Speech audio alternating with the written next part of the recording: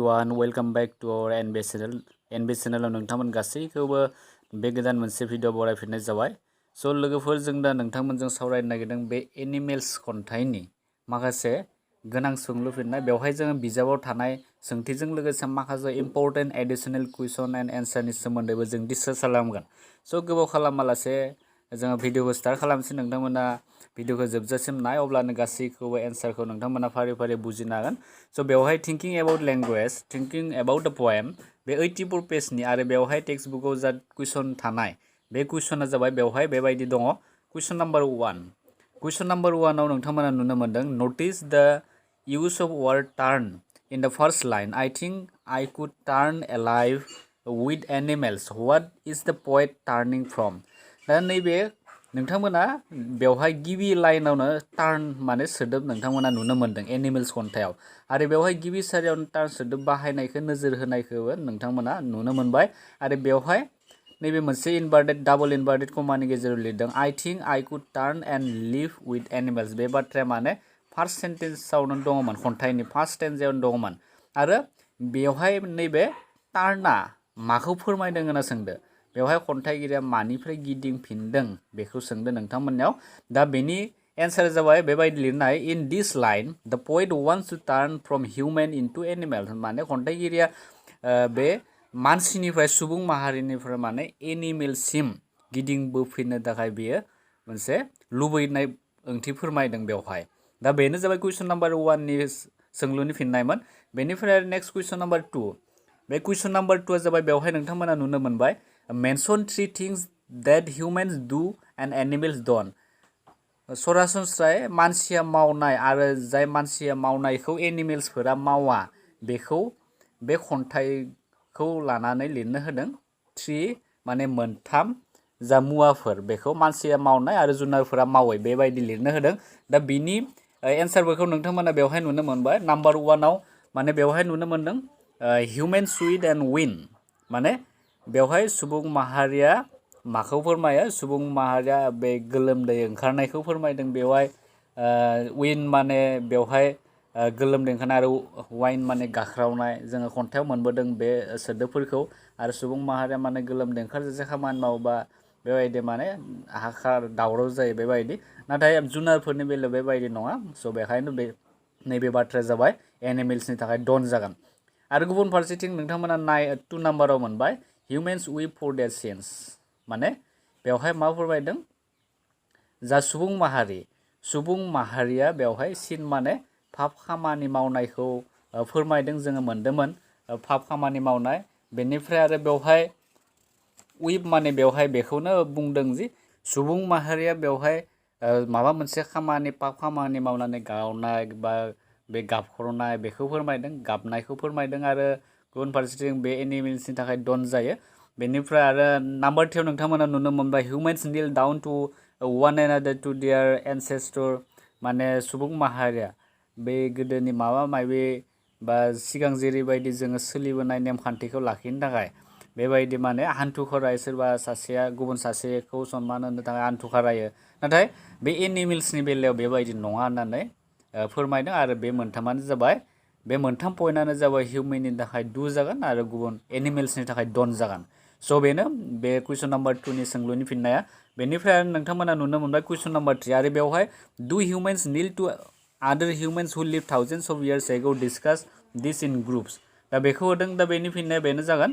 आरो बेवहाय सोंलुआव मा सोंदों, नोंथांमोना गिबियावनो सोंलुखौ बुजिग्रोनांगोन। आरो बेवहाय सोंलुआव बेखौनो सोंदों जे मानसिफोरा रोजा रोजा बोसोरनि सिगां थानाय गुबुन सुबुंनि खाथियाव हान्थु खरायोना, बेखौ हानजायाव सावरायनो होदों। थारैनो हान्थु खरायखागोन, जिहेतु गोदोनिफ्राय सोलिबोनाय माखासे नेमखान्थि, माने रोजा रोजा बोसोरनि सिगां जेरैबायदि जोङो सनमान होबोनाय माखासे नेमखान्थि खालामबा जोङो हान्थु खरायो, बेफोरबायदिखौनो बेवहाय डिसकास खालामना मोनसे ग्रुपआव डिसकास खालामनानै लिरनानै होदों। नंगौना नङा? थारैनो बे एन्सारा नंगौ।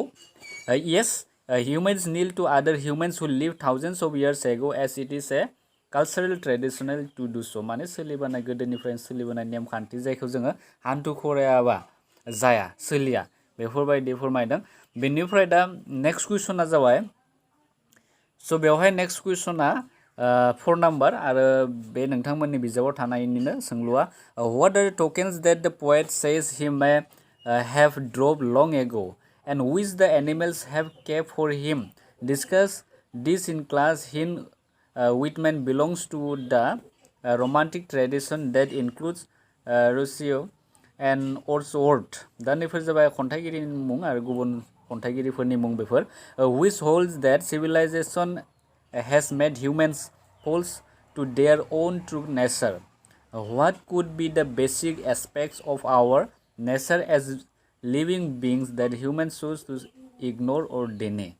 दा नैबे बेवहाय खन्थाइयाव मा फोरमायदों जे नैबे खन्थाइयाव मा सिनफोरखौ बियो गोबाव बोसोरनि सिगां नागारबोनो हागौ आरो जायखौ जुनारफोरा गावनि थाखाय हमथाना लाखिदों होननानै खन्थाइगिरिया बुंदों। माने खन्थाइगिरिया माने मा सिनफोरखौ बे नागारबोदों आरो जुनारफोरनि बेलायाव बेफोर सिनफोरखौ हमथाना लाखिदों माखौ दा बेखौ लिरनो होदों बेवहाय।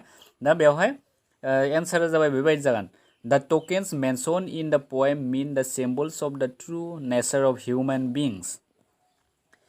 These tokens are actually tokens of virtue such as contentment, दा नैबे contentment, honesty फोरा जायो, innocence फोरा जागोन, and the likes of it.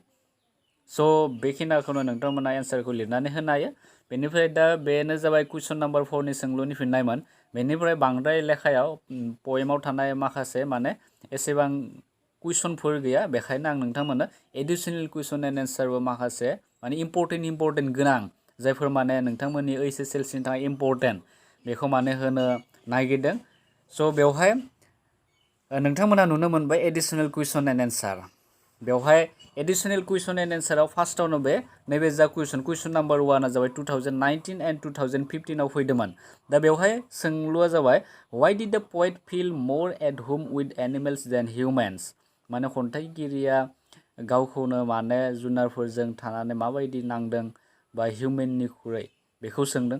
दा एन्साराव बेबायदि नोंथांमोना लिरनो हायो The poet praises the animals for their placid, self-contained and simple life. खन्थाइगिरिनि बायदिब्ला एनिमेल्सफोरा माने बिसोर गोजोनै थायो, गावनि गाव सोनारना थागोन आरो सिम्पोल बिसोर लाइफ जियायना थायो। They never complain about their sins, nor do they weep for their sins. They do not discuss their duty God. No one of them is dissatisfied and hankers after anything. All are equal in animal community, and none pays respect to the others, including their ancestor. दा नैबे बाथ्रायाव बेरखांनाया बेनो जे जों खन्थाइयावबो मोनबोदोंमोन जे बिसोरो माबा मोनसे पापनि थाखाय बिसोरो गाख्रावा बा दुखु मोननो गोनां जाया, बिसोर गोजोनैनो थायो।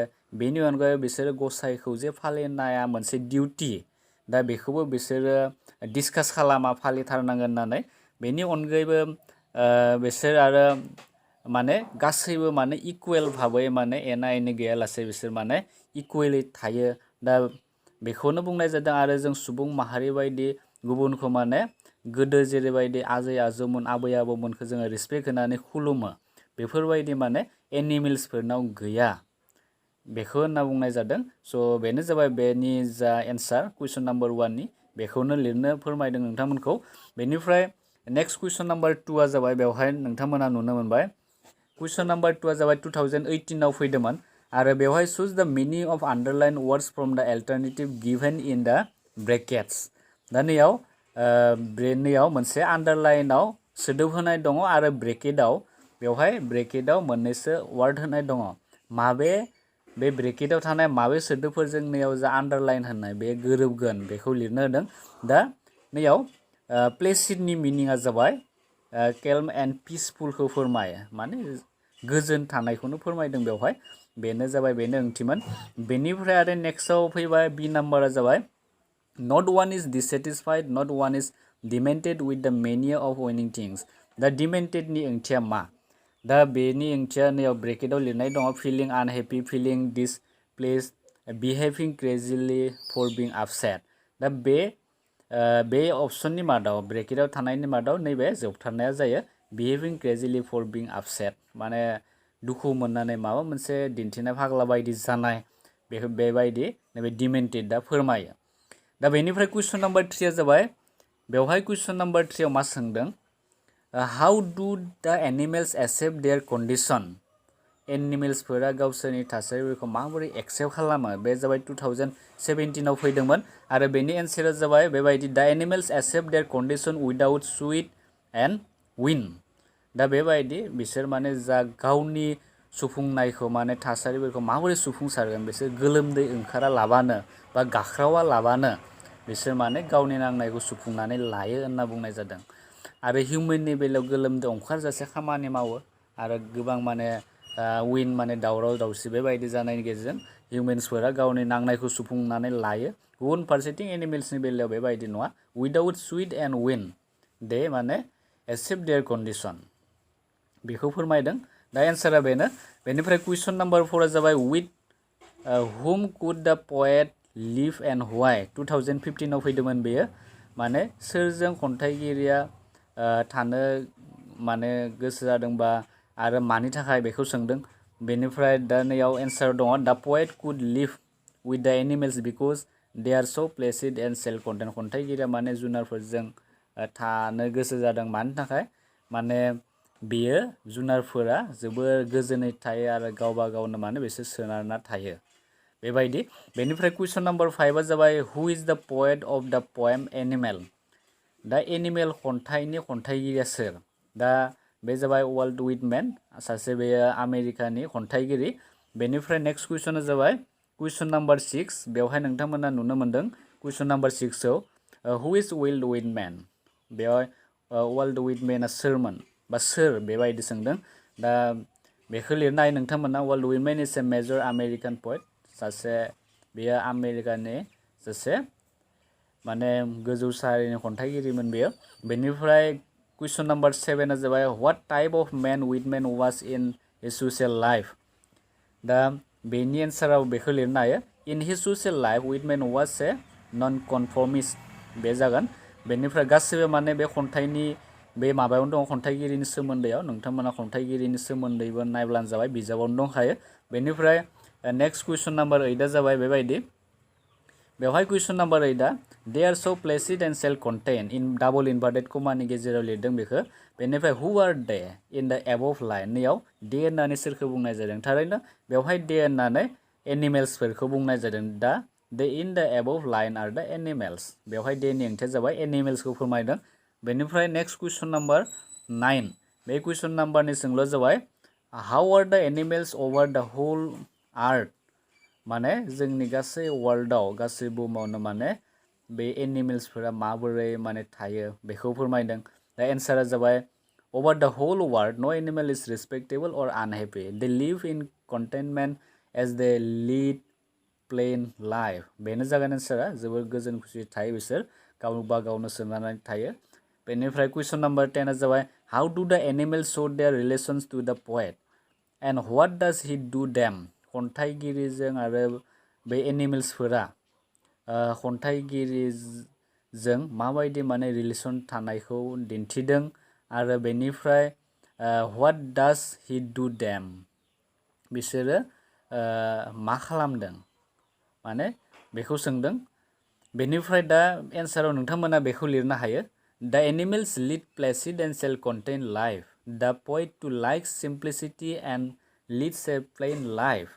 Also, the poet acknowledges his animal ancestry, so he feels that the animals show their relations to him, he accepts them. दा बेनो एन्सारा जाबाय जोबोर गोरलै खन्थाइगिरिया माने एनिमेल्सफोरखौ placid and self contained life होनना बुंनाय जादों जोबोर गोजोनै आरो गावबा गाव सोनारना थायो आरो बेखौ नुनानै बियो माने गोजोनदों आरो एनिमेल्सफोराबो बेनि रिलेसनखौ दिन्थिदों होनना बुंनाय जादों स' बेबायदि लिरना होबानो जागोन नोंथांमोना बेयाव एन्सार जा नुनो मोन्दों बेनिफ्राय नेक्स्ट कुइसनाबो जाबाय बेवहाय कुइसन नाम्बार 11 दा कुइसन नाम्बार 11 आव दङ डाबल इनभार्टेड कमानि गेजेराव बेयाव जाबाय दे इविन्स देम प्लेनलि इन देयर पसेसन बेवहाय नाम्बार 1 आव सोंदों हु आर दे एन्ड नाम्बार 2 आव सोंदों what is there in their possession दे होनना सोरखौ बुंदों आरो नैयाव इन देयर पसेसन माने मा दा बेवहाय नाम्बार 1 आव नोंथांमोना लिरनो हायो बेवहाय दे होनना एनिमेल्सफोरखौ बुंदों बेनिफ्राय नम्बर 2 जाबाय lessons of simplicity plain and peaceful shall contain life are there in the possession of the animals बेखौनो लिरनो होदों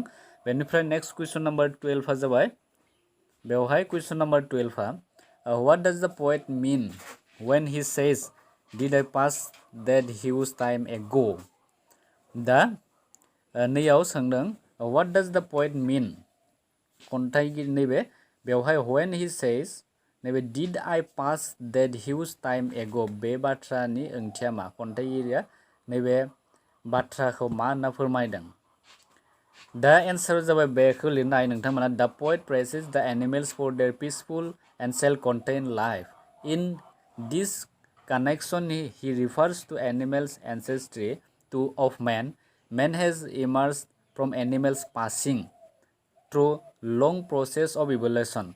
The poet means to say that long time ago he too passed through the process of evolution. दा बे जाबाय एन्सारखौ बेखौ नोंथांमोना गोसोआव लाखि बा लिरनानै ला बेनिफ्राय नेक्स्ट कुइसन नम्बर 13 जाबाय दा बेनो जाबाय कुइसन नम्बर 13 जाबाय जोबथा कुइसन दा बेवहाय सोंदों there are some indirect references to human qualities in the poem mention some of them माने नैबे खन्थाइ हिउमेननि सुबुं माहारिनि मोननैसो क्वालिटिफोरखौ डाइरेक्टलि नङाबाबो इनडाइरेक्टलि बेवहाय रिफारेन्स खालामनाय जादों आरो बेफोरखौ मेनसन खालामनो मुंख'नो थिनदों बेफोरनि मा मा मोननैसोखौ मुंख'नो होदों दा एन्सार जाबाय बे people are hardly placid and self-contained माने बेखौनो होनना बुंदो they are never satisfied with their condition and go on sweating and wailing दा खन्थाइगिरिनि बायदिब्ला माने जों सुबुं माहारिया सेटिसफाइ नङा माब्लाबाबो गोजोन नङा बिसोर माने गावबा गावनि कन्डिशनफोरखौ लानानै थासारिफोरखौ लानानै गोजोन नङा होनना बुंदों